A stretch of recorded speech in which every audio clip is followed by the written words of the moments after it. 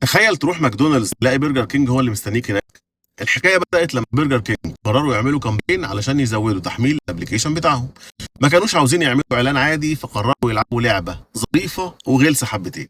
نزلوا عرض بيقول تقدر تشتري سندوتش الويبر بتاعنا بسنت واحد، يعني حوالي تقريبا 4 هالات. بس كان في شرط واحد تعجيزي وصايع جدا. الشرط هو انك علشان يظهر لك العرض ده على الموبايل بتاعك لازم تكون واقف جوه او على بعد 200 متر من اي فرع الماكدونالدز. تخيل بقى التوتر والكوميديا. الزبون رايح ماكدونالدز وجعان، واول ما يقرب من الباب تجي له نوتيفيكيشن تقول له ايه اللي جابك هنا. برجر كينج بيقول لك الوبر بواحد سنت لو جيت لنا دلوقتي. الحلو كمان هنا ان الابلكيشن كان بيفتح لك الجي بي اس ويرسم لك الطريق من مكانك عند ماكدونالدز لاقرب فرع برجر كينج. الحمله دي حولت ل 14,000 فرع بتوع ماكدونالدز في امريكا للوحات اعلانيه ومراكز توزيع لبرجر كينج. برجر كينج خلى المنافس هو اللي يجمع له الزباين وبعدين يروح هو خاطفهم بكلمه واحده. النتيجه كانت ايه؟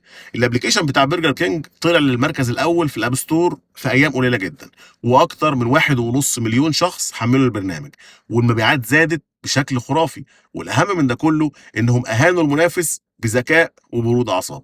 الدرس هنا بقى ان حجم منافسك ممكن يكون اكبر نقطه ضعف ليه لو عرفت تستخدمها لصالحك.